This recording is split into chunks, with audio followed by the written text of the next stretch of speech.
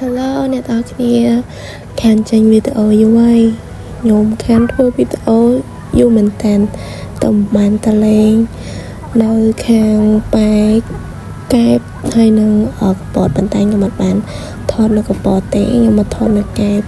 ហើយកន្លែងនេះគឺខ្ញុំអង្គុយហ្នឹងគឺខ្ញុំតាំងទឹកហើយគេគិត5ដុល្លារខ្ញុំអង្គុយហើយឲ្យប្រូនោះកាត់ដេកអានេះខ្ញុំញ៉ាំអីហើយពេលហ្នឹងខ្ញុំទៅទិញ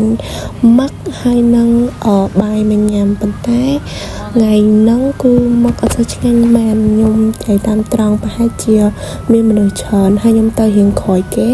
បានមានអារម្មណ៍ថាម៉ាក់វារៀងស្ទើរចឹងណាការខ្ញុំទៅហ្នឹងគឺអាកាសធាតុអំណោយផលហ្មងមិនក្តៅពេកហើយក៏អត់មានភ្លៀងដែរគឺមកល្មមរបៀបកន្លែងខ្លះមេឃសតុំកន្លែងខ្លះមេឃក្តៅតែអត់ក្តៅខ្លាំងទេមកល្មមសតុនភាពជីកមកគឺស្រួលខ្លួនហើយមានអារម្មណ៍ថា fresh មែនតើមកអង្គុយកន្លែងនេះអ្នកដែលធ្លាប់អង្គុយគឺដឹងហើយគឺអត់ក្តៅទេអារម្មណ៍ល្អការខ្ញុំមកកាលមុនគឺទឹកអឡកខ្លាំងជាងនឹងទៀតប៉ុន្តែខ្ញុំអត់ចាំទេថាខាណា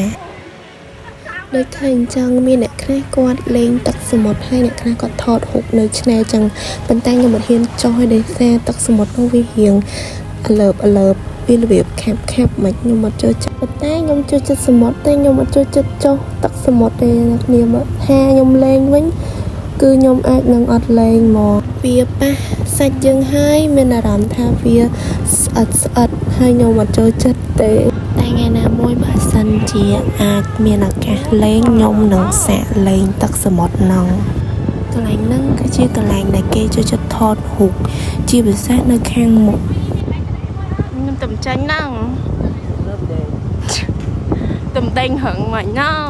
អូយស្អាត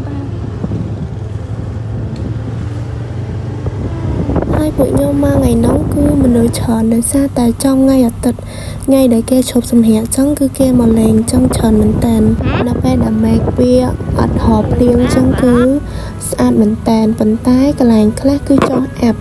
ហត់ដងខ្ញុំមកគឺឃើញភ្នំបូកគោឃើញកោះឃើញអីចឹងណាអ្នកគ្នា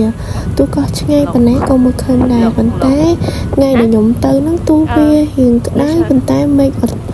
អត់ភ្លៀងមែនតែមើលឃើញចុះអាប់ដែលលេងសាហ្នឹងគឺពេញចិត្តអូបោះឆ្កែកន្លងជូធីមខ្ញុំកន្លែងនេះឃើញកូនឆ្កែខ្ជូតពេកដេញតាមថតបដ ாய்ខ្ញុំមក3ម៉ូតូ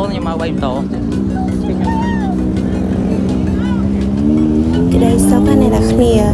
ចុងសប្តាហ៍បោះតង់តែ2នាក់មានតែប៉ុណ្ណឹងបានមានកូនឆ្កែមួយអើយ